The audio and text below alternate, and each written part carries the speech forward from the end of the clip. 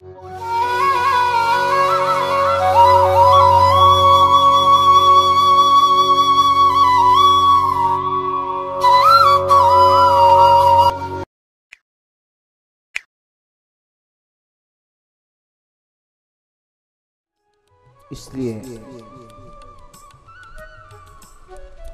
ये जवानी का खिला हुआ गुलाब परमात्मा को समर्पित कर दो। अभी से परमात्मा का चिंतन करना प्रारंभ कर दो।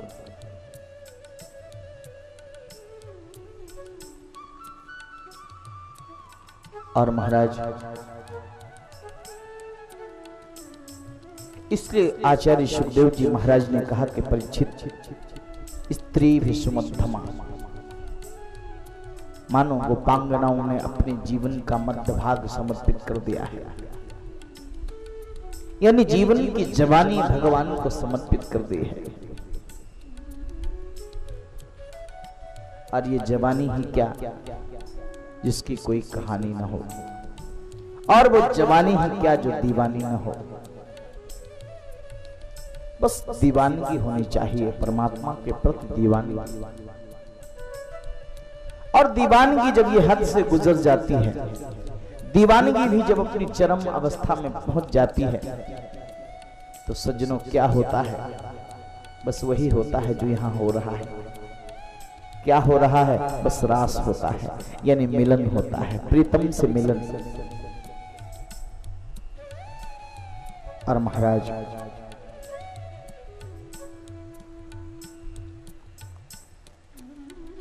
आज रास में नृत्य होगा, गोपांगनाएं आज नाच रही और तुम भी नाच रहे हो।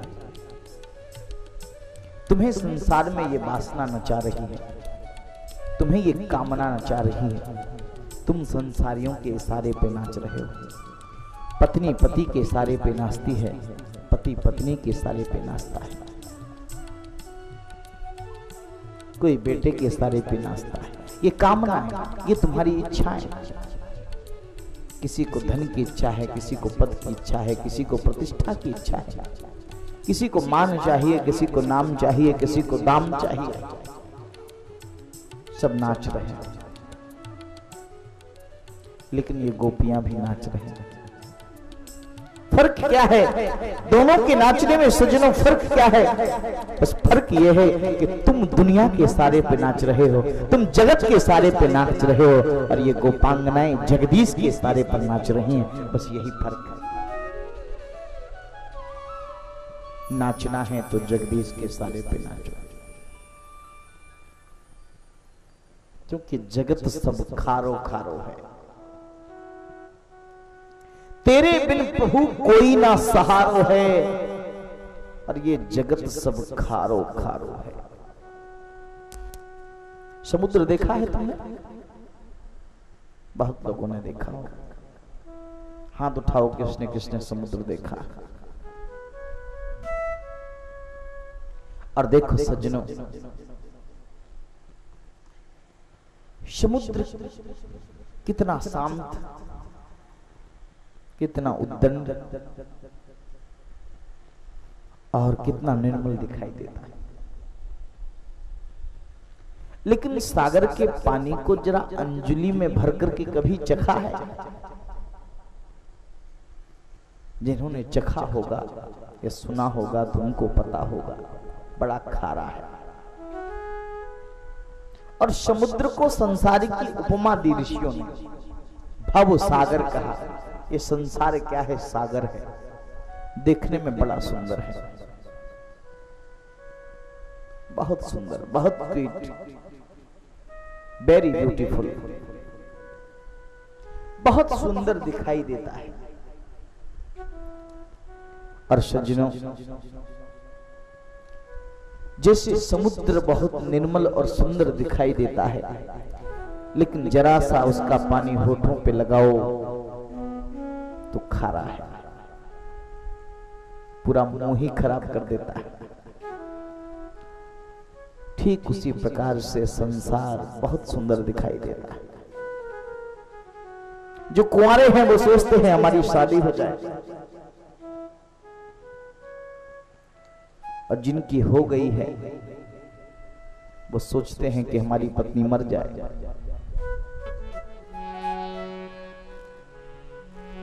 ये संसार उल्टा है। और देखो भाई, एक बार मुल्ला नसरुद्दीन की पत्नी, मुल्ला छत पे टहल रहा था। मुल्ला नसरुद्दीन अपनी छत पे टहल रहा था। मुल्ला नसरुद्दीन को किसी ने जोर से आवाज दी, यहां क्या कर रहे हो?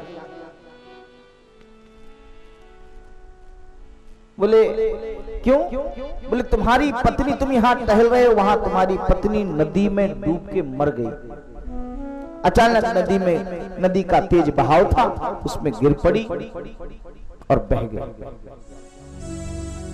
मुल्ला गया और मुल्ला नसरुद्दीन ने जाकर के जिस तरफ नदी की धारा बह रही थी उधर नहीं ढूंढा, बल्कि उसके विपरीत ढूंढना प्रारंभ किया। लोगों ने कहा कि बहाव इधर है, इधर की तरफ गई होगी। बोले आप मेरी पत्नी को नहीं जानते, शादी मेरे साथ हुई थी, वो हर काम उल्टा ही करती थी। वो डूबी भी होगी तो इधर की तरफ बही होगी, उल्टी। और सज्जनों, एक दिन की बात है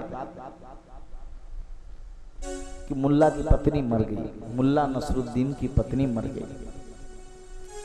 और जैसे ही मुल्ला नसरुद्दीन की पत्नी मरी, उसको लोग ताबूत में ले जाने लगे।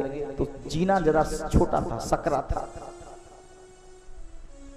लोग ताबूत अपने कांधे में रख के ताबूत उतार रहे थे कि ताबूत जीने में दीवाल से लग गया। और जैसे ही ताबूत जीने में लगा दीवाल से, तो मुल्ला की पत्नी जाग गई। और महाराज, मुल्ला ने कहा कि ये क्या हो गया? कुछ दिनों बाद पत्नी दोबारा मरी। मुल्ला ने कहा कि भैया संभाल के ताबूत नीचे उतारना, ये ताबूत दीवाल से नहीं टकराना चाहिए। लोगों ने कहा क्यों? बोले पहली बार भी उतारने वालों ने यही गलती कर दी थी, उसका दंड अभी तक भुगत रहा हूं, और कहीं दोबारा फिर से टकरा गया, फिर जिंदा हो गई तो फिर कौन झेलेगा? तो ये संसार बड़ा खारा है। जितने भी संबंध तुमने स्थापित कर रखे हैं, ये समस्त संबंध तुम्हें बाहर से बहुत अच्छे लगते हैं, लेकिन इनकी गहराई में तुम जाओगे तो दुख है। और मतलब क्या है, ये बात समझ लेने जैसी है। दुनिया के सारे संबंधों में की परिणति और रिजल्ट में दुख है। केवल एक ही संबंध है, वह है प्रेम का संबंध, जिसमें दुख में भी सुख की अनुभूति होती है। और यही कारण है यहाँ गोपांगनाएं मिल रही हैं। प्रेम के दुख में भी सुख का अनुभव होता है। और महाराज,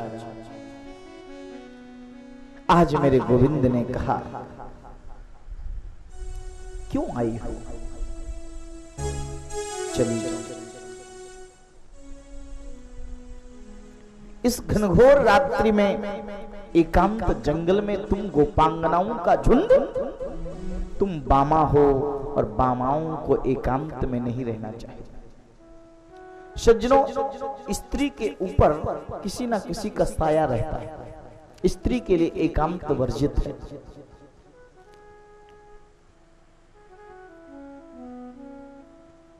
स्त्री का मनोविज्ञान है।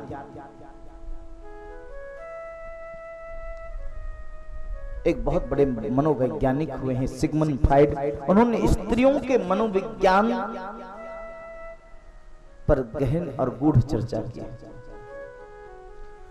सज्जनों, उन्होंने कहा कि स्त्री अगर तुम्हारे सामने आई है, अगर वह तुमसे भयभीत है,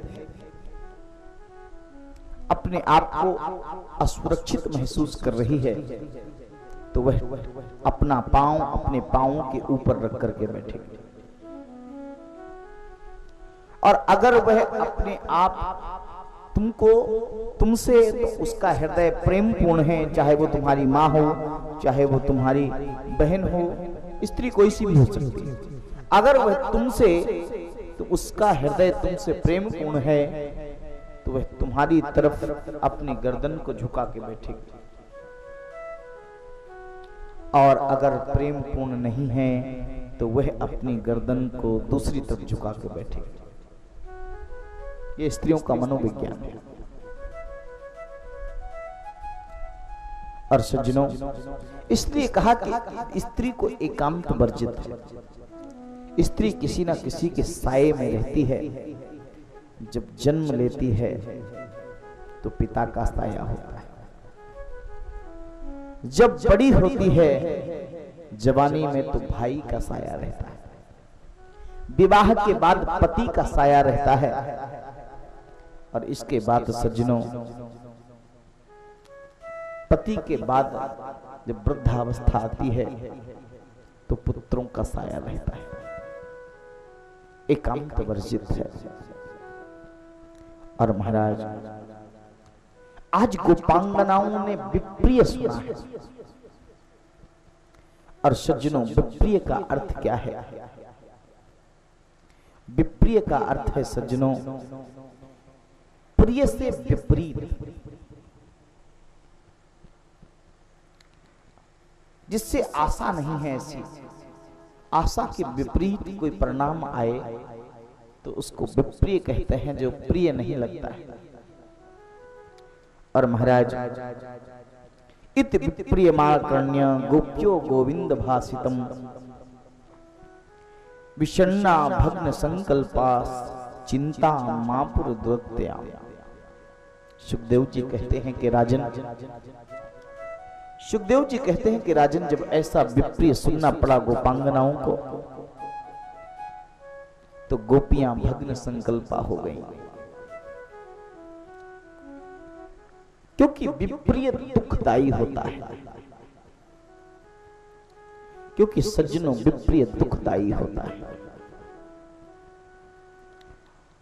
और महाराज, उसमें विप्रिय प्रिय के मुख से सुनना पड़े तो दुखदायी होता है। मानो गोपांगनाएं कह रही कि तुमने बुलाया है और बुलाने के बाद कहते हो तुमने बुलाया है और पूछते हो क्यों आई हो, फिर बांसुरी क्यों बजाई, क्यों बुलाया है हमको। और महाराज, ये तो वही बात हुई कि किसी ने हमको भोजन का निमंत्रण दे दिया और घर में पहुंचे उसके दरवाजे में तो बोले महाराज क्यों आए हो। अरे भाई, बुलाया था इसलिए आए हैं। आज गोपांगनाएं भी कहती हैं कि पहले बुलाया और अब पूछते हो क्यों आई हो। और महाराज, सुखदेव जी महाराज कहते हैं, आचार्य महामुनिंद्र सुखदेव ने गोपांगनाओं के इस भग्न संकल्प दृश्य को अपने भाव के कैमरे में कैद किया है। मानो आज कितना सुंदर शब्द चित्र खींचते हैं। क्या कहते हैं? कृत्वा मुखान्यव शुचास्पसनेन शुष्यद बिंबाधराणि चरणेन भुवं लिखन्त्यः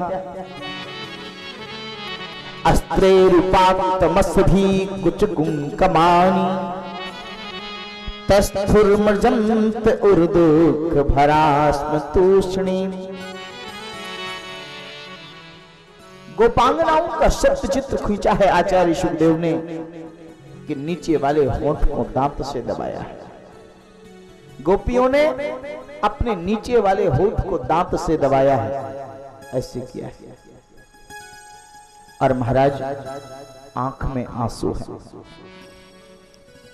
और अश्रु से कुछ कुमकुम को धो रही है। मुंह नीचा है और पग के अंगूठे से धरती को कुरेद रही है। और महाराज आज प्रीतम ने ऐसे शब्द कह के घात किया है, प्रतिघात किया है, और इसलिए गोपांगनाओं को आघात पहुंचा है। और महाराज भग्न संकल्पा हुई, अर्थात हतोत्साहित हो गई।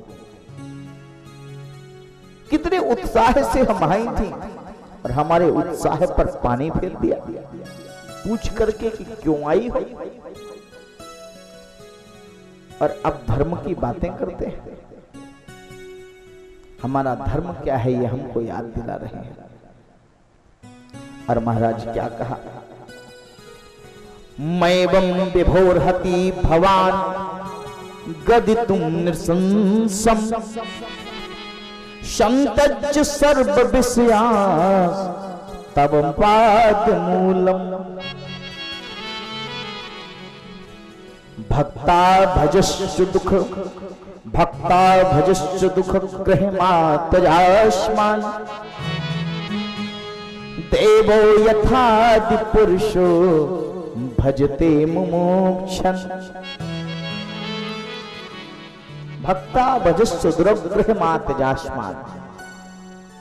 देखो भाई, यहां भगवान परीक्षा कर रहे हैं। प्रेमी के प्रेम को परीक्षा की कसौटी में कस लेना चाहिए कि इसका प्रेम कैसा है। इसलिए आज अपनी अनन्य प्रेमिकाओं का प्रेम, अर्थात गोपांगनाओं का प्रेम, ब्रजांगनाओं का प्रेम, प्रेम की परीक्षा की कसौटी में गोविंद कस रहे हैं।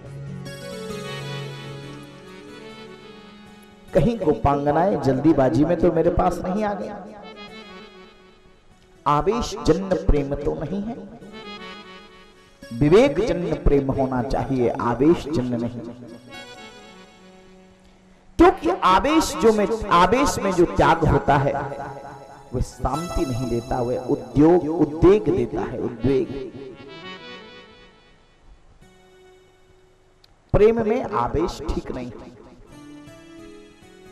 प्रेमी को आवेशित नहीं होना चाहिए।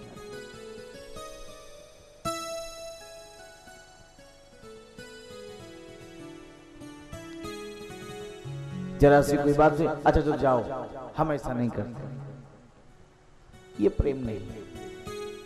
इसको कहते हैं बेवकूफी। इसलिए त्याग 4 प्रकार का होता है, विवेकपूर्ण, अरुचिपूर्ण, 4 प्रकार का प्रेम होता है सज्जनों। विवेकपूर्ण प्रेम होना चाहिए, अरुचिपूर्वक होना चाहिए, और दोष दृष्टिपूर्वक होना चाहिए, और भगवत रति पूर्वक। तो पहला है विवेक पूर्वक। विवेक में विराग हो तो विवेक से सोच समझ के हो। और महाराज इसलिए गोपांगनाओं से कहा, आज कृष्ण ने कहा कि तुम अपने अपने पतियों का त्याग करके आई है। गोपांगनाएं बोलती हैं, प्रभु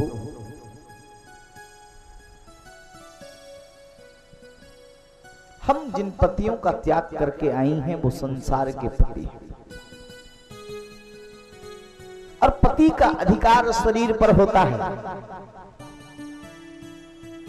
जिन पतियों का त्याग करके आई हैं वो हमारे शरीर के मालिक हैं, वो संसार के पति हैं, और आप जगतपति हैं, आत्मा के मालिक तो आप हैं। इसलिए हम आपके समक्ष आत्म समर्पित करने आए हैं।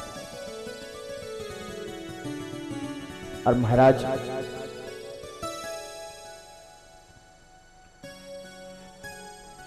हम तो आत्मा समर्पित करने आए हैं। और देखो भाई,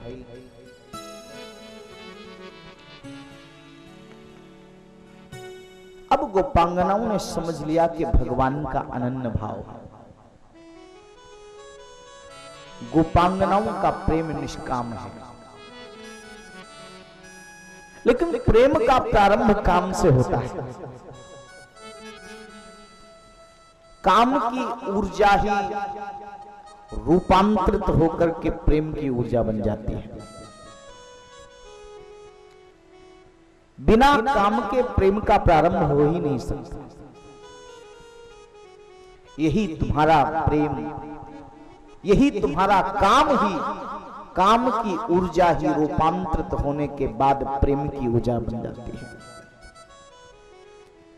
और महाराज, आज भगवान ने जब ये जाना कि गोपांगनाओं का अनन्य भाव निष्ठा है, अब रास के लिए तैयार हो गया। 3 मंडल बने हैं। एक मंडल ऐसा है जितनी भी गोपियां हैं उतने ही कृष्ण हैं, व्यक्तिगत मिलन है ये। दूसरा मंडल ऐसा है उसमें 2 गोपी के मध्य में एक कृष्ण है। और महाराज, ये क्या है? बोले ये संपुटीकरण है। तीसरा जो मंडल है उसमें चारों ओर गोपांगनाएं हैं और बीच में कृष्ण है। और सज्जनों, तीनों प्रकार से रास सिद्ध होता है। और सज्जनों, अंतःकरण की हर वृत्ति हरि के साथ जुड़े। क्या हो? अंतःकरण की प्रत्येक वृत्ति हरि के साथ जुड़े। यह समस्त गोपांगनाओं के मध्य में एक कृष्ण का होना है। और दूसरा है अंतःकरण की 2 वृत्तियां, एक सकारात्मक एक नकारात्मक, और दोनों के मध्य में आत्मा, यानी 2 गोपियों के बीच में एक कृष्ण। ये दूसरे मंडल का अर्थ है। और सज्जनों, तीसरे मंडल का अर्थ क्या है? बोले एक गोपी के साथ में एक कृष्ण, यानी समस्त वृत्तियों को एक रूप में स्थापित कर लेना और फिर परमात्मा से जोड़ लेना। यह क्या है? ये पहले मंडल का दृश्य है। और महाराज, इसलिए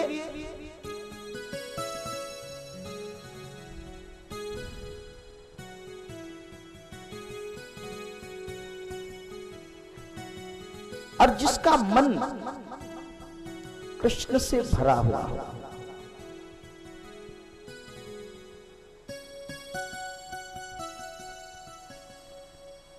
प्रीतम छवि नैनन लखी, पर छवि कहां समाय। प्रीतम छवि नैनन लखी, पर छवि कहां समाय। भरी सराय रहीम लखी, पथ के आप फिर जाए। जब हृदय खाली ही नहीं होगा तो दूसरे का प्रवेश संभव कैसे है? प्रीतम छवि नैनन बसी, तो पर छवि कहां समाय। भरी सराय रहीम लखी, पथ के आप फिर जाए। जैसे धर्मशाला में सारे कमरे बुक हो तो यात्री अपने आप लौट जाता है, मुसाफिर लौट जाता है।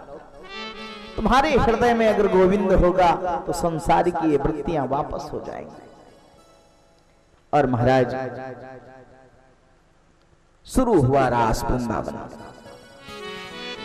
रस बह चला। रास का मतलब है कि रस की धारा प्रवाहित हो गई। और महाराज, देवता भी दर्शन के लिए आए हैं। वहां जो दिव्य संगीत चला है उसमें चंद्रमा का जो वाहन है हिरण, वो लुप्त हो गया, यानी लुभाया। और महाराज हिरण ही आगे नहीं चले तो रथ कहां आए? तो चंद्रमा भी इस नृत्य को, इस रास को देखने के लिए स्थिर हो गया। और महाराज विलंब से शुरू हुआ नृत्य और अब द्रुत गति में पहुंचा। तो द्रुत में तो फिर गति होती है, और एकदम जब गति पकड़ी रास ने तो भगवान श्री कृष्ण भी द्रुत गति हो गए। इस तरह से नृत्य कर रहे हैं कि सभी गोपांगनाओं को लगा कि कृष्ण मेरे ही साथ खेल रहे हैं। कृष्ण को प्रत्येक गोपी अपने पास अनुभव कर रही है। और महाराज दिव्य नृत्य चल रहा है, दिव्य रास चल रहा है वृंदावन में। आओ हम भी थोड़ी देर के लिए अपने मन को वृंदावन में ले जाकर के आत्मा रूप कृष्ण से अपनी समस्त अंतःकरण की वृत्तियों को जोड़ करके ध्यानस्थ हो जाएं, रास का आनंद लें।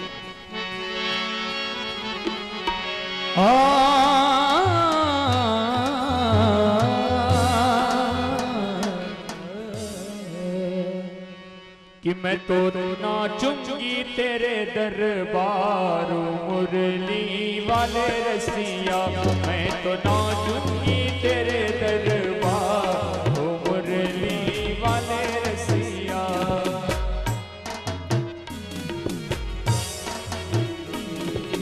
ओ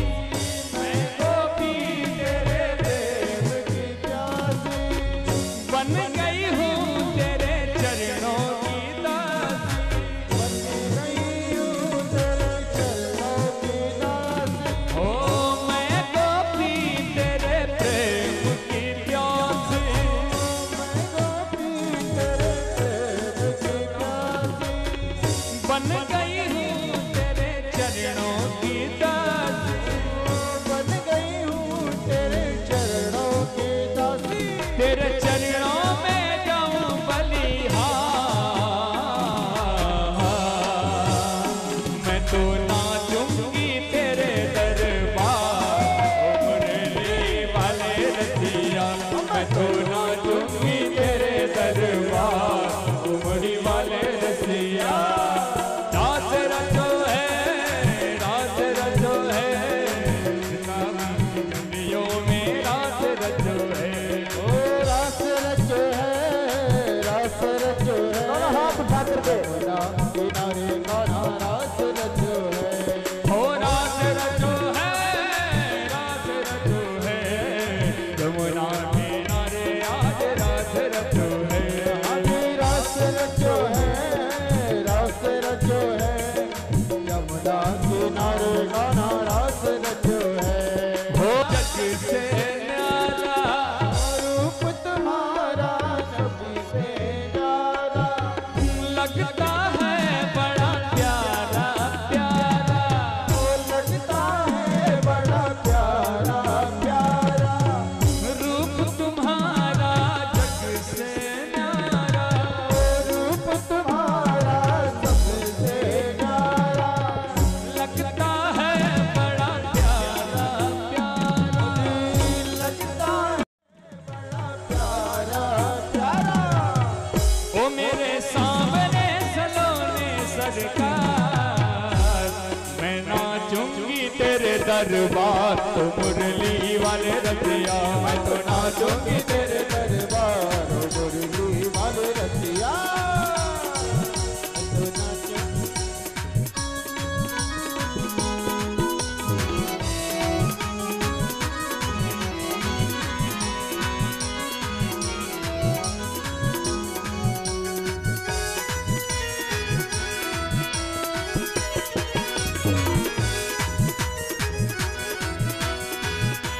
ये सोरा सिर जो वृंदावन है, रही पायल की गंगार।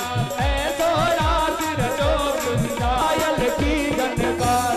ये सोरा सिर जो वृंदावन है, रही पायल की गंगार। वृंदावन है पायल की जनकार।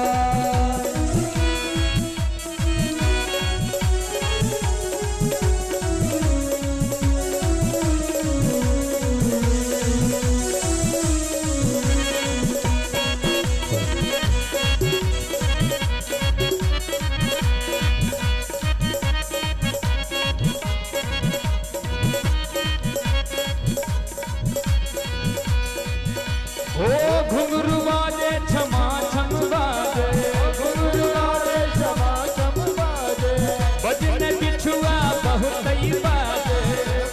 बिछुआ बहुत बाजे, अंग अंग में गहना बाजे, अंग में गहना बाजे, चुड़ियन की झनकार। कि ये सोरास रचो वृंदावन।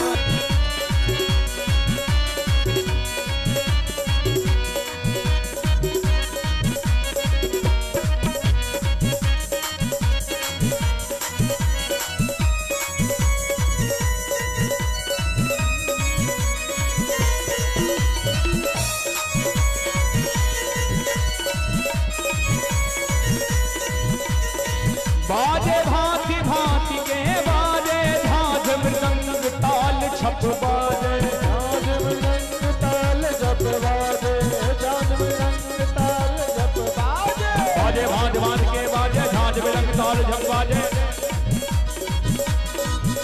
ओ बंसी बाजे मधुर मधुर, बंसी बाजे मधुर मधुर, बाजे वीणा के ताल।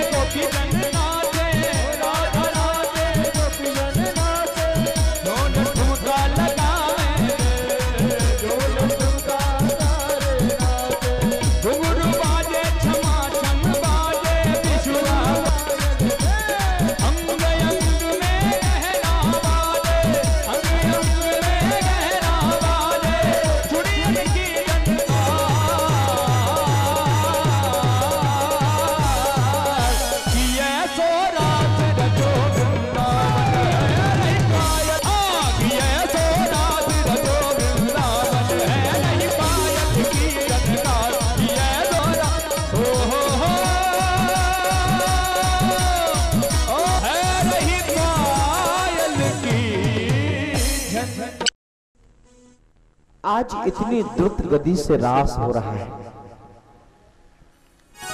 कि इन गोपांगनाओं को अभिमान हो गया और मेरे प्रभु रासलीला करते करते गोपांगनाओं के बीच से अंतर ध्यान हो गया। और महाराज, क्योंकि इन गोपांगनाओं को यह अभिमान हो गया कि कृष्ण केवल मेरे ही साथ नाच रहा है। और महाराज, ये गोपियां सोचती हैं कि मैं ही सबसे ज्यादा श्रेष्ठ हूं, इसलिए कृष्ण मेरे साथ नाच रहा है। और महाराज, जीव और शिव की एकता में, अर्थात आत्मा और परमात्मा की एकता में ये अभिमान बाधक होता है। दो के बीच में तीसरे का कोई काम नहीं होता, और दो के बीच में जैसे ही तीसरा आया तो क्या होता है, रास्ते अलग अलग हो जाते हैं। और सज्जनों, बस यही काम हुआ यहां पे। दो के बीच में तीसरा आ गया, और ये तीसरा कौन है? बोले कृष्ण और गोपांगनाओं के मिलन में ये तीसरा जन्म पैदा हो गया। कौन? ये अभिमान। और अभिमान दो प्रेमियों के मिलन में बाधक होता है। ध्यान रखना, ये सीखने वाली बात है। जितने भी प्रेमी यहां पर बैठे हों और किसी भी स्तर का प्रेम कर रहे हों, परिवार का प्रेम, समाज का प्रेम, दाम्पत्य जीवन का प्रेम, उनके लिए बात समझ लेने जैसी है। उनके लिए ये बात समझने योग्य है कि दो के मिलन में तीसरा हमेशा बाधक होता है, और ठीक इसी प्रकार से दो के मिलन में दो प्रेमियों को एक होने से रोकता है अभिमान। और इसलिए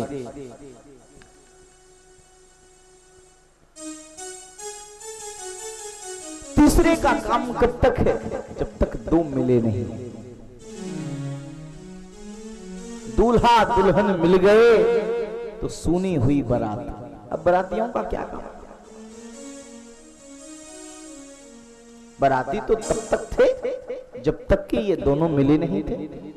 तो दूल्हा दुल्हन मिल गए, अब सुनी हुई बारात, भैया अपने घर जाओ, अब काहे की बात। चाट पकौड़ी खाइए, अपने घर जाओ।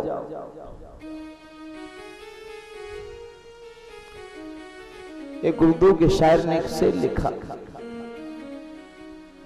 कि उठकर महफिल से झपटकर पल्लू वो चले गए। उठकर महफिल से झपटकर पल्लू चले गए वो, ये कहते हुए कि तुम्हारी महफिल में गैर बैठे हैं। ये कहते हुए कि तुम्हारी महफिल में गैर बैठे हैं। और महाराज, तासाम तत् सौभग मदम, तासाम तत् सौभग मदम वीक्षमानम च केशवः प्रसमाय प्रसादाय तत्रैवान्तर्यधीयत। भगवान अंतर ध्यान हो गए। अब किसके साथ रास हो? जो अलौकिक आनंद था, जो अलौकिक रस था, वह अचानक विरक्त हो गया। रस रूप भगवान ही अंतर ध्यान हो गए, और रस रूप भगवान अंतर ध्यान हो गए तो क्या हुआ सज्जनों? बस जीव का अपराध है। किसी गैर का विचार करना ये जीव का अपराध है। और सज्जनों, इन गोपांगनाओं ने किसी गैर का विचार कर लिया, और ये गैर कौन है? ये अभिमान। और महाराज, भगवान मेरे हैं, ये कौन कहता है? ये तो भगवान का मतलब कब्जा करना चाहते हो तो भगवान मेरे हैं, ये प्रेमी का लक्षण नहीं है। भगवान मेरे हैं ये कहना प्रेमी का लक्षण नहीं है। फिर प्रेमी तो ये कहता है, भक्त तो ये कहता है कि भगवान मेरे हो चाहे ना हो, लेकिन मैं भगवान का हूं।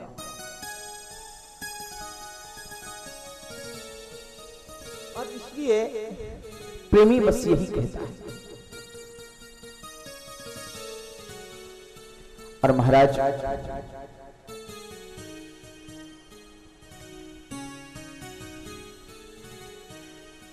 इसलिए विचार करना चाहिए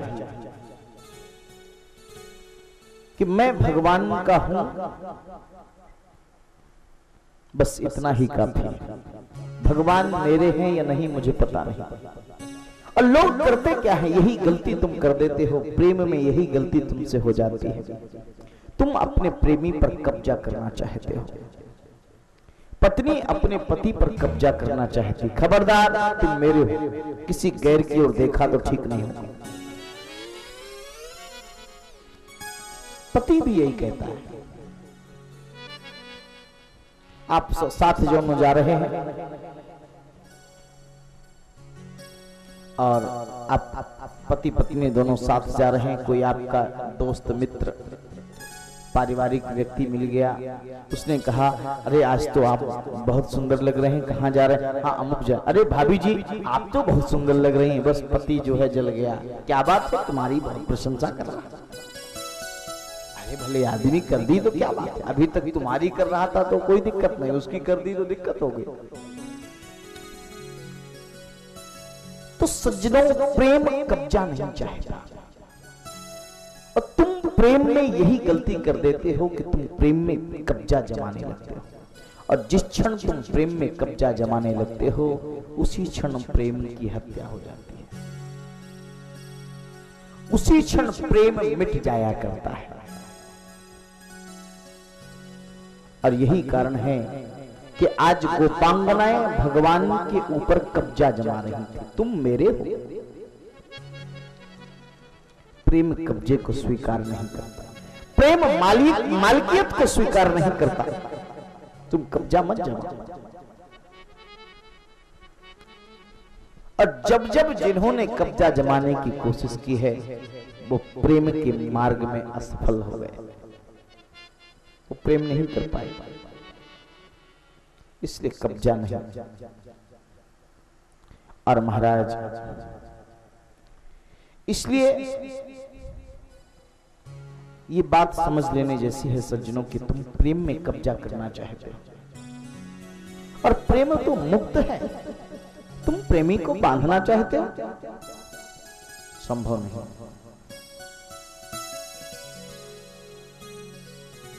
और महाराज गोपांगनाएं ढूंढने चली हैं प्रभु को। लता पत्र से पूछते हैं, पशु पक्षियों से पूछती हैं। तद विचार अवस्था है प्रेम की पहली अवस्था। और तद विचार अवस्था का मतलब है तन्मयता, तदेकता। और महाराज प्रीतम के ही विचार से, प्रभु के ही विचार से प्रेमी का, भक्त का मन भरा हुआ है। और कोई विचार आ ही नहीं रहा। पहले तद विचार अवस्था होती है, फिर तन्मयता होती है, फिर इसके बाद तदेकता होती है।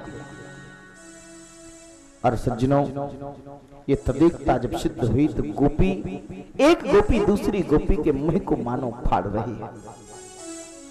एक गोपी दूसरी गोपी के मुंह को फाड़ रही है। और इस प्रकार चेष्टा करती हुई बोली, तू बकासुर है, तू बकासुर है, और मैं अभी तेरा मुंह फाड़ दूंगी, क्योंकि मैं कृष्ण हूं।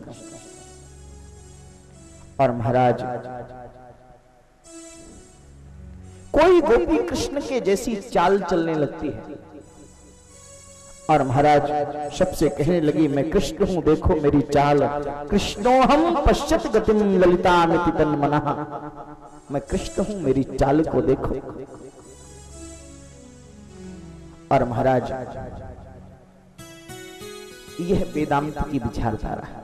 मानो कृष्ण के प्रेम से विरह व्याकुल होकर के गोपांगनाएं कृष्ण के चिंतन में इतनी एक रूप हो गई हैं कि उन्हें ये समझ में आने लगा है कि हम ही कृष्ण हैं।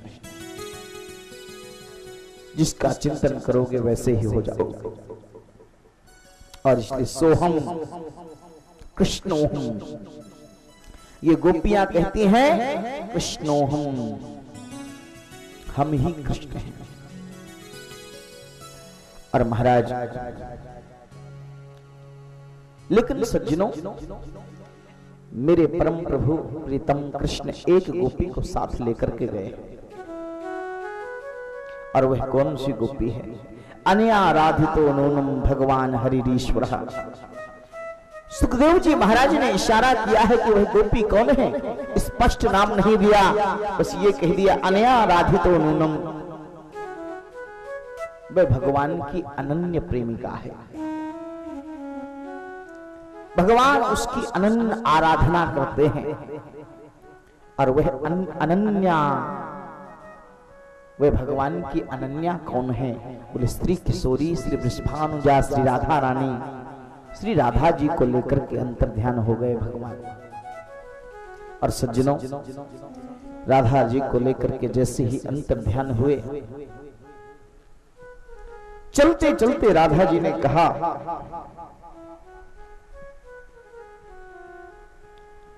कन्हैया अब मैं जंगल में चलते चलते थक गई हूं, मुझसे चला नहीं जाता, फिर क्या करूं? कन्हैया मुझे अपने कंधे पे बिठा लो।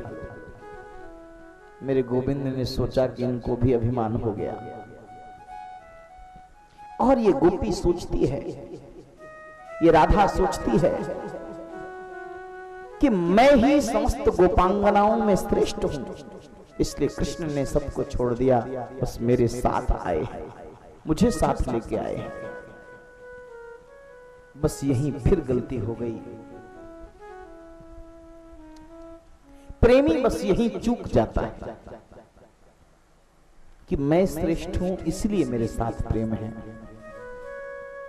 नहीं नहीं, बस यही अहंकार जन्म ले लेता है। प्रेमी को चाहिए कि यहां चूके ना, सावधान रहना चाहिए। श्री राधा जी ने ये विचार कर लिया कि मैं श्रेष्ठ हूं इसलिए मेरे साथ गोविंद है। भगवान ने कहा भी रुक जाओ, तुमको भी बताते हैं। और भगवान ने कहा कि ठीक है, तुम मेरे कंधे पर बैठना चाहती हो, इस कदम की डाली पर आप चढ़ जाइए और आप मेरे कंधे में अपने पांव डाल करके बैठ जाइए। और महाराज क्या छवि है, इस छवि की वंदना करते हुए संतों ने गाया,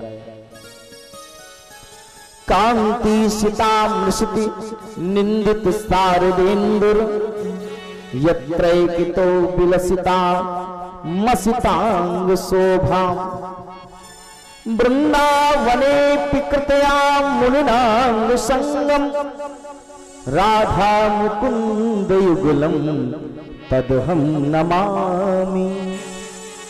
श्री कृष्ण के कंधे पर बैठे बैठे राधा ने सोचा, देखो कैसा बस है, सबको छोड़ करके मेरे साथ आया है। और महाराज मैंने कहा कि चला नहीं जाता तो मुझको अपने कंधे पर बिठा लिया और उठाकर ले चला। कन्हैया मन ही मन बोले, राधे तुम तो फूल जैसी हो, लेकिन तुम पर जो अभिमान है, तुम फूल जैसी हो, लेकिन तुम्हारे फूल जैसे स्वभाव पर, तुम्हारे फूल जैसे जीवन पर अभिमान का भौरा बैठ गया है। और महाराज नटखट अंतर ध्यान हो गए। तदश्चांतर दधे कृष्णा सावधुरन्वतप्यत। और श्री राधा जी रोने लगी, रो करके पुकारने लगी, हा नाथ, हा नाथ रमण पृष्ठ क्वासी क्वासी महाभुजा। हे नाथ कहाँ चले गए? हे रमण देखो तो मैं तुम्हारी दासी यहाँ निर्जन वन में अकेली रो रही हूँ। लेकिन कोई नहीं आया। राधा जी पुकार रही। और महाराज ये आवाज गोपांगनाओं ने सुनी और देखा कि राधा जी पुकार रही हैं। गोपांगनाओं ने राधा को देख करके ताली बजाई, वाह आपको भी छोड़ गए। श्री राधा ने कहा कि मस्खरी मत करो, मुझे नीचे उतारो। और महाराज देखो भैया, राधा रानी बड़ी कृपालु है। कन्हैया उनको छोड़कर के चले गए, ये तो लीला है। यद्यपि राधा और कृष्ण तो कभी अलग होते ही नहीं। और महाराज ये भगवान का वियोग नहीं है, बल्कि विशिष्ट योग है। और महाराज इसलिए पुनः पुलिनमागत कालिंजा कृष्ण भावना समवेता जगह कृष्णम तदागम कांक्षिता। पुनः यमुना के किनारे पर आ गई और गीत गाया। और महाराज विचार करिए, जो चीज जहां खोई हो वहीं खोजना चाहिए। और यमुना के किनारे पर नृत्य हो रहा है, रास हो रहा है, और भगवान यहीं से अंतर ध्यान हुए हैं। इसलिए गोपांगनाएं पुनः यमुना के किनारे पर आईं और कृष्ण के विरह में, कृष्ण के वियोग में आज गोपी गीत गाया है। और महाराज आज गोपियों की पीड़ा, आज गोपांगनाओं का दर्द ही गीत बन गया है। आज गोपांगनाओं का दर्द ही गीत बन गया है। प्रेमियों का प्रेम जब अपनी चरम स्थिति पर पहुंच जाता है तो प्रेमियों के हृदय का वो दर्द ही गीत बन जाया करता है, गजल बन जाया करता है। किसी गजलकार ने लिखा कि दर्द जब हद से गुजर जाता है तो गा लेते हैं। मानो ये दर्द ही गीत बन जाता है। प्रेम की पीड़ा, प्रेम का दर्द, वियोग जब ये असहनीय हो जाता है तभी वो प्रेमियों का गीत हो जाता है। और आज गोपांगनाओं ने गीत गाया है, गोपियों ने विरह गीत गाया। और महाराज गोपियां कहती हैं, हे केशव ये ही मुरारे कुंज बिहारे, यही प्रणत जन बंधो, हे माधव मधु मथन वरण्य केशव करुणा सिंधो। हे केशव, हे माधव, हे करुणा सिंधु, हे प्रणत जन बंधो, आइए। और कहां पर आइए? रास निकुंजे गुंजत नीतम भ्रमण शतकिल कांत, यही निवृत्त पथपान स्वामी याचे दर्शनम दानम, हे मधुसूदन स्थान। यहाँ रास निकुंज में सत सत भ्रमण गुंजायमान कर रहे हैं। हम आपकी दासियां आपके दर्शन के लिए लालायित हैं। शून्यम कुसुमासन मिह कुंजे, शून्य केलक दंबा, दीन केकिक दंबा, मृदुकल नाद किलसा विषादम रोदती यमुना सुंभा। क्या कहा? हे भगवंत, हमने आपके रास क्रीड़ा स्थल पर कुंज में पुष्पों का आसन तैयार कर रखा है।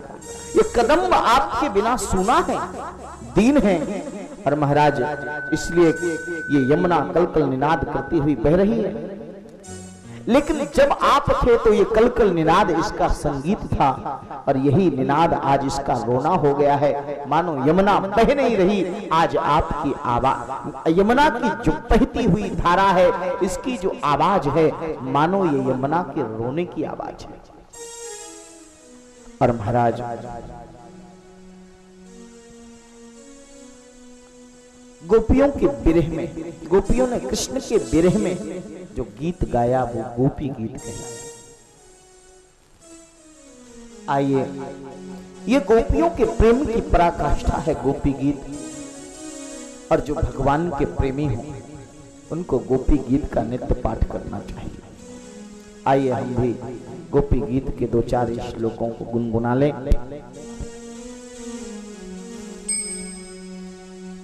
जयति तेधिकं जन्मना ब्रजा स्त्रयत इंदिरा शश्वतत्रही दयित रेशता दीक्षता पार्वती पिता सतता विचिते शरदुदासे साधु जास सत सरसी जो दर स्त्री मुषा रत्नाते शुल्क दासिका परद बिघ्न तो लेह किन बंधा।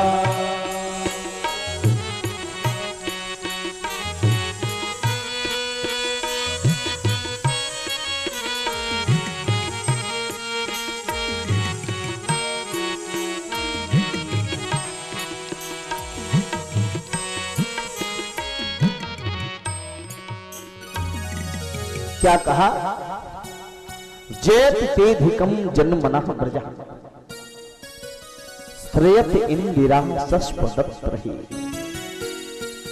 दयति दृश्यताम तावकास्त्वयि धृता सवस्त्वाम विचिन्वते। ये गोपी गीत का प्रथम श्लोक है। ब्रज की शोभा तो आपके प्राकट्य से है, गोपियां कहती हैं। ब्रज की शोभा आपके प्राकट्य से बढ़ गई है। और महाराज जब से आप यहां प्रकट हुए हैं तब से रमा इंदिरा लक्ष्मी नित्य यहां निवास करती है। दयालु हमें दर्शन दो, हम आपकी हैं। और देखिए गोपियों ने गोपी गीत के प्रथम श्लोक में अपनी गलती सुधार ली। पहली ये गोपांगनाएं कहती थी कृष्ण तुम हमारे हो, और गोपी गीत के प्रथम श्लोक में इन गोपियों ने इन ब्रजांगनाओं ने ये नहीं कहा कि कृष्ण तुम हमारे हो। क्या कहा? दयति दृश्यताम दिच्छुताबुकास वैधृता सवस त्वाम विचिन्वते। क्या कहती हैं गोपियां? तावका हम तुम्हारी हैं, तुम हमारे हो चाहे ना हो, लेकिन हम तुम्हारी हैं। यानी संपूर्ण समर्पण हमारा आप पर है। गलती सुधारना। गोपांगनाओं को समझ में आ गया कि हमने यही गलती की। और महाराज फिर क्या कहती हैं? शरदुदासये साधु जात सत शरसि जोदर स्त्री मुसादृशा सुरतनाथ ते शुल्क दासिका बरद निघ्न तो नेह किम बधा। शरद काल में शुक्ष सरोवर के जल में खिले हुए कमल की लालिमा युक्त श्री माने शोभा को जिसने हर लिया है, ऐसे नेत्रों से जब आप हमें देखते हैं, ऐसे नेत्रों से जब आप हमें देखते हैं तो हमारा हृदय बिंध जाता है। आप लोगों ने दिल देखा है? दिल, वो चित्र में दिल बनता है, चित्र बना देते हैं, लेकिन दिल बना रहता है ऐसे, और उसमें तीर घुसा रहता है। इसका मतलब सज्जनों क्या है? मानो जिसने ये दिल बनाकर के आपको भेंट किया है, या जिसने आपके स्वागत में ये दिल बनाकर के रखा है, उसका संकेत है। आप क्या संकेत है? मानो हमारा हृदय बड़ा कोमल है, और आपके जो ये नेत्र रूपी बाण है, आपकी प्रेम भरी चितवन की दृष्टि ने हमारे हृदय में ऐसा प्रभाव डाला है कि आपकी आंखें, आपके नेत्रों की दृष्टि हमारे दिल में बाण की तरह घुस गई है। और इस दृष्टि ने मानो हमारे दिल को घायल कर दिया। इसलिए हमारा हृदय आप पर आसक्त हो गया। और यही गोपांगनाएं कहती हैं। ये गोपांगनाएं कहती हैं कि देखो, शरद काल की यानी सर्दी के समय जैसे कमल होता है और कमल लालिमा युक्त होता है, और प्रभु आपकी आंखें भी बड़ी लालिमा युक्त है। और जब आप ऐसी आंखों से हमको देखते हो तो हमारा हृदय बिंध जाता है। आप हमारे हृदय को बींध देते हो नयन बाणों से। और महाराज, ऐसे नेत्रों से जब आप हमें देखते हो तो क्या ये हमारा वध नहीं है? क्या हमारी ये हत्या नहीं है? और महाराज, अगर इसी तरह मारना था तो उस वक्त क्यों मार दिया? अगर इसी तरह मारना था आपको हमें तो फिर उस वक्त क्यों नहीं मारा? कब? गोपांगनाएं कहती हैं, विष जलाप्ययाद ब्याल राक्षसाद। बजा भाई। विष जलाप्ययाद ब्याल राक्षसाद वर्ष मारुताद बैतुनाथ ला।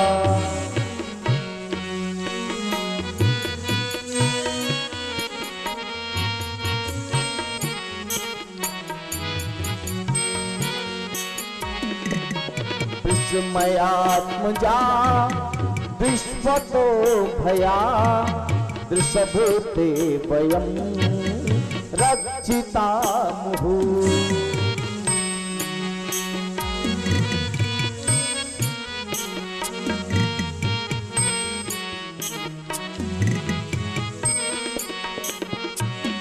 ना खलु गोपिका नंदनो भवा खेल देहिना मंत्रात्मदृग।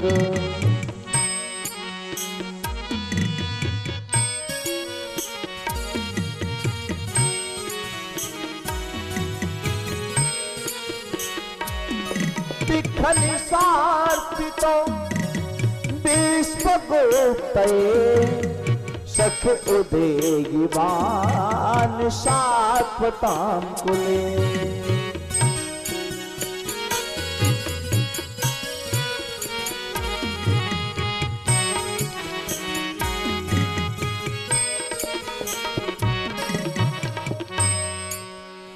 क्या कहती हैं गोपांगनाएं? विष से, अग्नि से, जल से हमको आपने क्यों बचाया? तभी हमें मार देना था। अब वियोग में आप हमको क्यों मार रहे हो?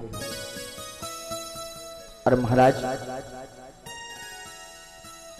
कैसा विरह है गोपांगनाओं का। वियोग से पीड़ित मानो हम तिल तिल मर रही हैं। और सज्जनों, उर्दू के शायर ने एक शेर लिखा है। क्या लिखा है? मंजिलें भी उसकी थीं और रास्ता भी उसका था। मंजिलें भी उसकी थीं और रास्ता भी उसका था। मुसाफिर भी उसके थे और काफिला भी उसका था। मुसाफिर भी उसके थे और काफिला भी उसका था। साथ साथ चलने की सोच भी उसकी थी। साथ साथ चलने की सोच भी उसकी थी। फिर रास्ता बदलने का फैसला भी उसका था। फिर रास्ता बदलने का फैसला भी उसका था। और हाथों में हाथ लेकर हमें हंसाने की कसम भी उसकी थी। हाथों में हाथ लेकर हमें हंसाने की कसम भी उसकी थी। फिर हमारी आंखों में आंसुओं का सिलसिला भी उसका था।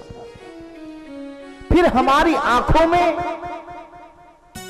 आंसुओं का सिलसिला भी उसका था, और मोहब्बत की ख्वाहिश तो हमारी थी, मोहब्बत की ख्वाहिश तो हमारी थी, लेकिन दिल तोड़ने का इरादा भी उसका था, लेकिन दिल तोड़ने का इरादा भी उसका था। आज तन्हा है तो दिल ये सोचता है, आज तन्हा है तो दिल ये सोचता है कि अरे दुनिया तो उसकी थी, पर क्या ये खुदा भी उसका था। और आज गोपांगनाएं पीड़ित हैं, और महाराज मानो आज गोपियां कहते हैं, दिल में हसरतों को दबा के जीते हैं, दिल में हसरतों को दबा के जीते हैं, अपने गम को दुनिया से छुपा के जीते हैं। क्या लूटेगा जमाना ये खुशियां हमारी, हम तो खुद को खुदा पे लुटा के देते हैं। और महाराज ये प्रेमियों की बात है, ये प्रेमियों का हृदय है। आज इतनी बिरह पीड़ित हैं गोपांगनाएं कि आज गोपांगनाएं कहती, कृष्ण तुम्हारी इतनी याद आती है कि अब तुम्हारे बिना रहा नहीं जाता है। जब भी तुम इस दिल को याद आते हो, जब भी इस दिल को याद आते हो, तुम दर्द बनकर दिल में उतर जाते हो। तुम जब भी इस दिल को याद आते हो, तुम दर्द बनकर दिल में उतर जाते हो। तुम क्या कहूं, किससे कहूं, दास्ता ये पल अपनी बन के आंसू आंखों में बिखर जाते हो तुम। और महाराज ये प्रेम है, ना पूछ मेरे सब्र की इंतहा कहां तक है, ना पूछ मेरे सब्र की इंतहा कहां तक है। तू सितम करके देख ले तेरी हसरत जहां तक है। और वफा की उम्मीद होगी जिन्हें होगी, बस हमें तो ये देखना है तू बेवफा कहां तक है।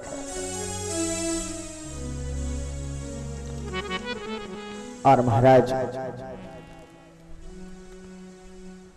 बड़ी अजीब बात है, रिश्तों की दुनिया में अक्सर ऐसा ही होता है। रिश्तों की दुनिया में अक्सर ऐसा ही होता है, दिल से इन्हें निभाने वाला ही रोता है। और झुकना पड़े तो झुक जाना अपनों के लिए यारो, क्योंकि हर रिश्ता एक नाजुक समझौता होता है। हर रिश्ता एक नाजुक समझौता होता है। इसलिए ये बात समझ लेने जैसी है। दिल तोड़ के बिखरा दिए जाते हैं, दिल तोड़ के बिखरा दिए जाते हैं। जो टूट नहीं सकते वो ठुकरा दिए जाते हैं, जो टूट नहीं सकते वो ठुकरा दिए जाते हैं। और जड़ कितनी भी गहरी हो मुश्किल है खड़े रहना, जड़े कितनी भी गहरी हो पर मुश्किल है खड़े रहना। जो पेड़ नहीं फलते वो कटवा दिए जाते हैं। और महाराज बड़ी अजीब बात है, ये प्रेम की स्थिति है।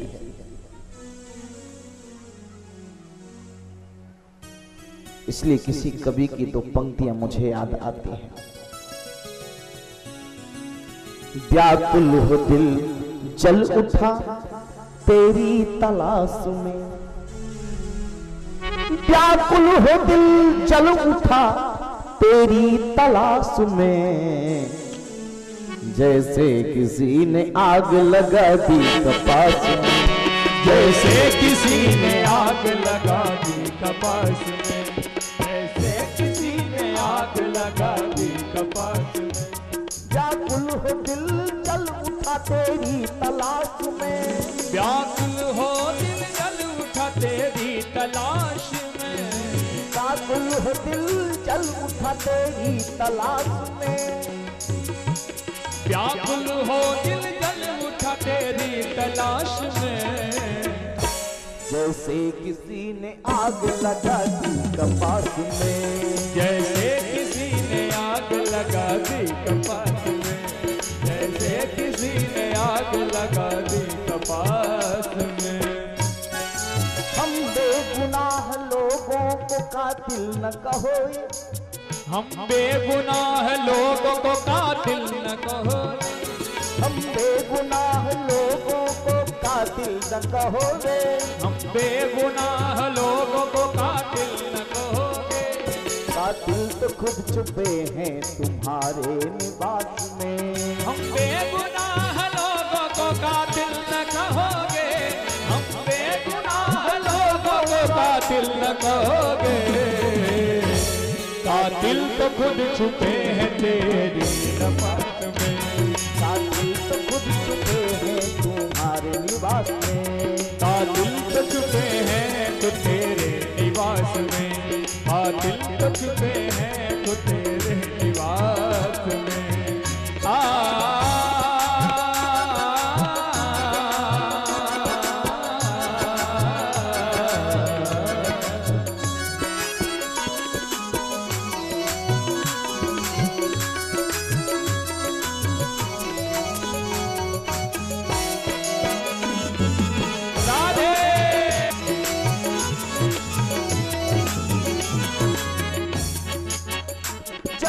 इंतजार करके मेरी आंखें थक गई, जब इंतजार करके मेरी आंखें थक गई, जब इंतजार करके मेरी आंखें थक गई, जब इंतजार करके मेरी आंखें थक गई, तो कंधा लगाने आए हैं वो मेरी लाश में, जब इंतजार करके मेरी आंखें थक गई, जब इंतजार करके मेरी आंखें थक गई, तो कंधा लगाने आए हैं मेरी वो लाश में, कंधा लगाने आए हैं मेरी वो लाश में।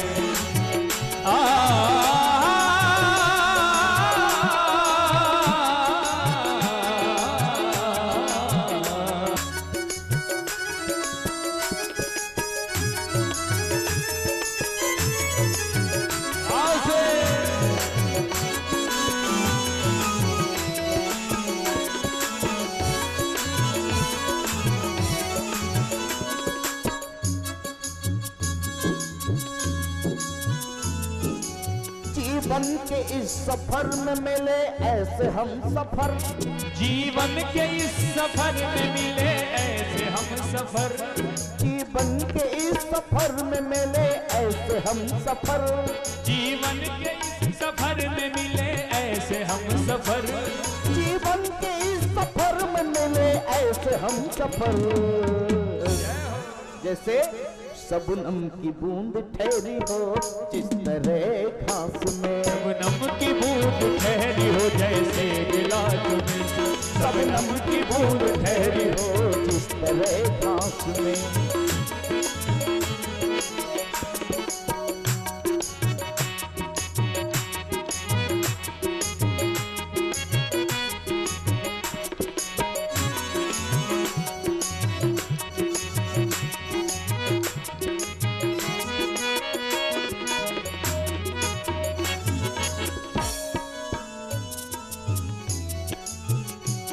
व्याकुल हो दिल जल उठा तेरी तलाश में, व्याकुल हो दिल जल उठा तेरी तलाश में, व्याकुल हो दिल जल उठा तेरी तलाश में, व्याकुल हो ये दिल जल उठा तेरी तलाश में। जैसे किसी ने आग लगा दी कपास में, जैसे किसी ने आग लगा दी कपास में, जैसे किसी ने आग लगा दी कपास में, जैसे किसी ने आग लगा दी कपास में, जैसे किसी ने आग लगा दी कपास में, जैसे किसी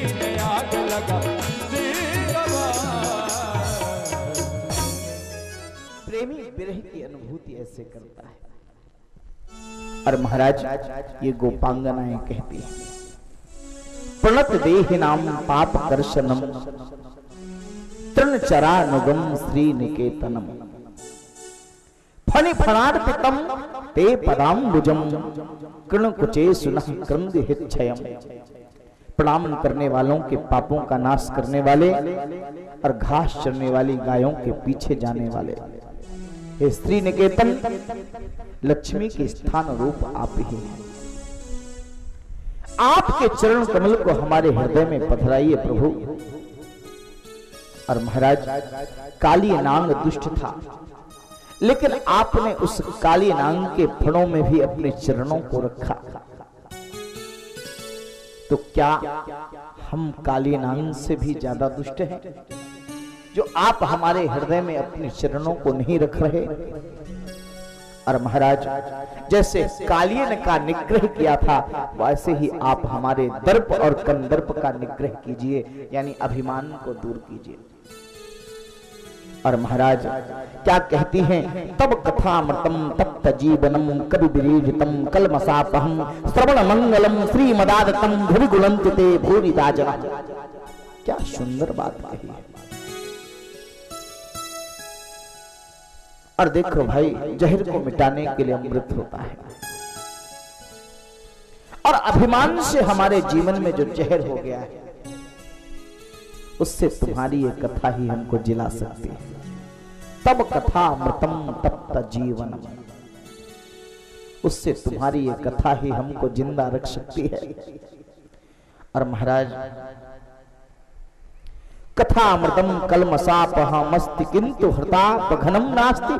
आपके कथा अमृत को पीने से पाप का नाश नहीं होता।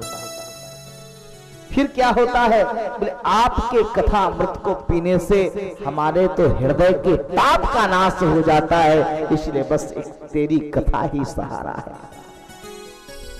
और महाराज बड़ा सुंदर गाया है गोपांगनाओं ने।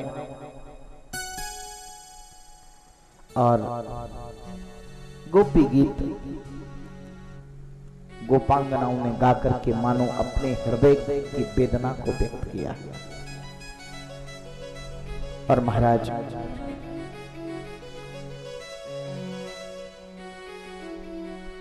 और क्या हुआ? भगवान समझ गए, गोपांगनाओं के प्रेम पूर्वक विनय को स्वीकार किया कन्हैया ने। और सज्जनों,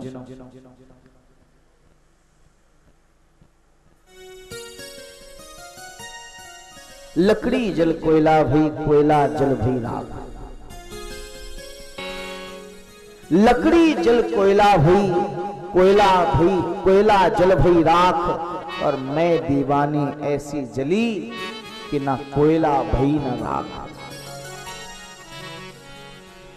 और महाराज ये बेवकूफ की अवस्था। सुंदर गोपी गीत गाया है गोपांगनाओं ने। और सज्जनों, ये प्रेम छुपता नहीं।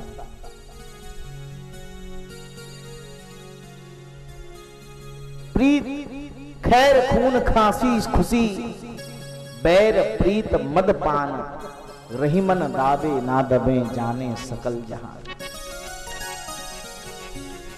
आप कत्था खाते हैं? कत्था खैर खून, अगर खून कहीं शरीर से निकल रहा होगा तो वो छुप नहीं सकता। खैर खून खांसी, खांसी आएगी तो पता लग जाएगा। खुशी, अगर आपके चेहरे में प्रसन्नता होगी तो पता लग जाएगा। खैर खून खांसी खुशी।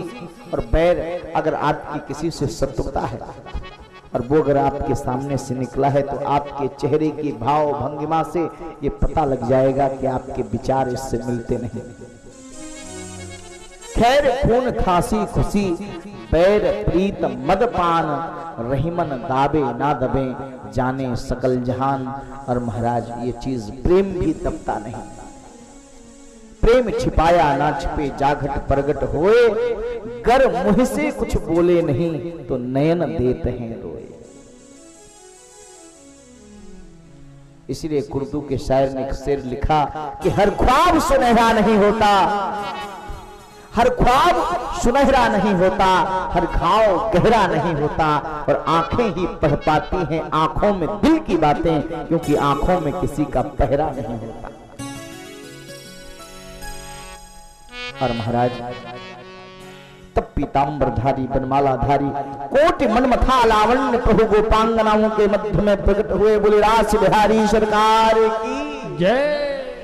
और महाराज तन्वा प्राण विवागतम, मानो जैसे मृत शरीर में प्राण आ गए।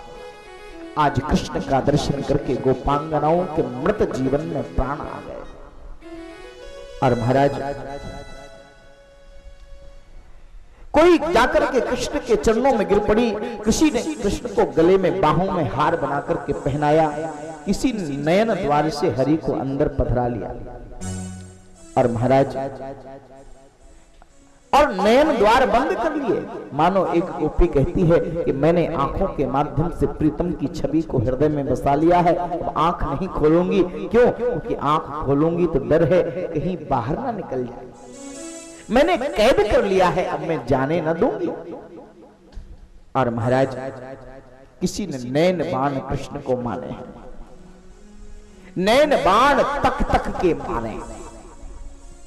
और महाराज ये प्रेमियों की स्थिति है। कोई प्रभु का अर्धचर्वित तांबुल खा रही है, यानी आधा चबाया हुआ पान, ये प्रेमियों की स्थिति है। और ये जीव शिव की एकता की कथा रास पंचाध्याय है। सुखदेव जी महाराज ने राजा परीक्षित को सारे संशयों को दूर करते हुए इस दिव्य कथा को सुनाया। और महाराज ये रास पंचाध्याय की कथा है, ये भागवत का प्राण है। और आप लोगों ने बहुत ध्यान से इसको सुना। इसके पश्चात आचार्य सुखदेव जी महाराज ने कहा कि भगवान ने शंखचूड़ नामक राक्षसों का उद्धार कर दिया। बस 5 मिनट का हम लोग विश्राम दे रहे हैं। विश्राम का मतलब कुछ है, इसके बाद कथाक्रम को आगे बढ़ाता हूं और आप लोगों को रुक्मणी विवाह की ओर ले चलूंगा। आज हमारा सांवला सरकार दूल्हा बनेगा।